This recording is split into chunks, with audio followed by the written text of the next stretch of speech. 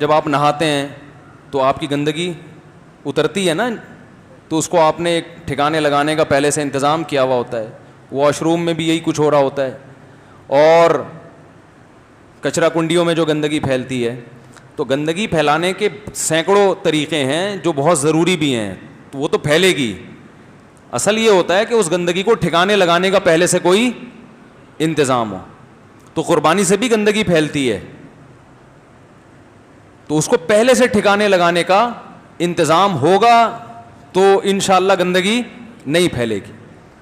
تو یہ قربانی سے نہیں گندگی پھیل رہی, مسئلہ سارا اس سے ہو رہا ہے کہ وہیں اوجڑی پھینک دی, وہیں اس کے سری پھینک دی, اس میں کیڑے لگ گئے, اور وہ وہیں گلی میں خون بہا دیا جانور کا, وہ خون پڑا رہتا ہے, اس میں بدبو پیدا ہو جاتی ہے. تو جو بھی قربانی کرے بھائی اس کا بہت زیادہ اہتمام کریں. دیکھو رسول اللہ صلی اللہ علیہ وسلم نے فرمایا ایمان کا سب سے آخری درجہ یہ ہے کہ راستے سے تکلیف دہ چیز کو ہٹا دے.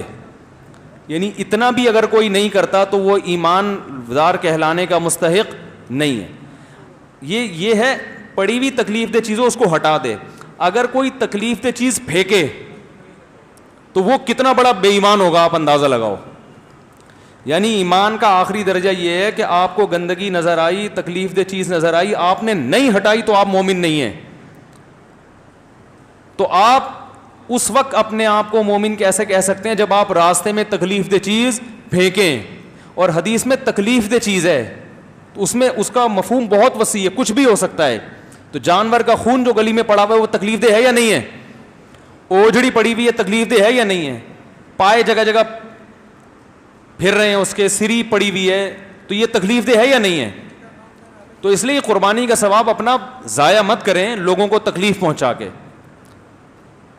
اتنا قربانی میں ثواب نہیں ملے گا جتنا تکلیف پہنچانے کا گناہ ملے گا. تو اس لیے جو بھی قربانی کر رہا ہے وہ اپنی ذمہ داری پر قربانی کی آلائشوں کو ٹھکانے لگانے کا اہتمام پہلے سے کرے. اس وقت کھڑے ہو کر مت سوچیں کہ ابھی اوجڑی کہاں پھینکوں میں.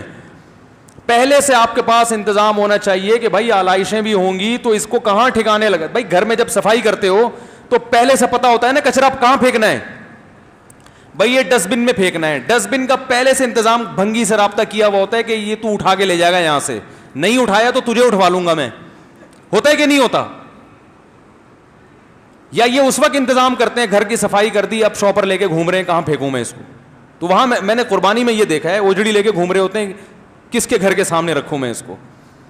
تو یہ پہلے سے انتظام کرنا ہے آپ نے کہ ان آلائشوں کو کیسے ٹھکانے لگانا ہے, اور بولو بھائی کہاں ٹھکانے لگانا ہے اور کیسے, یہ پہلے سے انتظام کرنا ہے آپ نے, ورنہ قربانی کا ثواب خراب ہو جائے گا جو لوگوں کو. اور پھر اس سے اسلام کا مذاق اڑانے کا موقع ملتا ہے کہ مسلمان گندے ہوتے ہیں. ہر قوم کے تہوار میں جب بھی کوئی تہوار آتا ہے تو خوشبوئیں آ رہی ہوتی ہیں نا.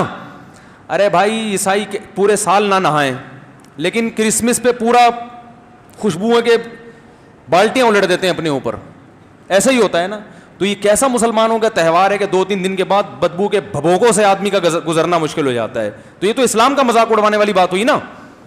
تو اس سے تو ثواب کے بجائے عذاب ہوگا, اس لیے اس کا اہتمام کیا کریں.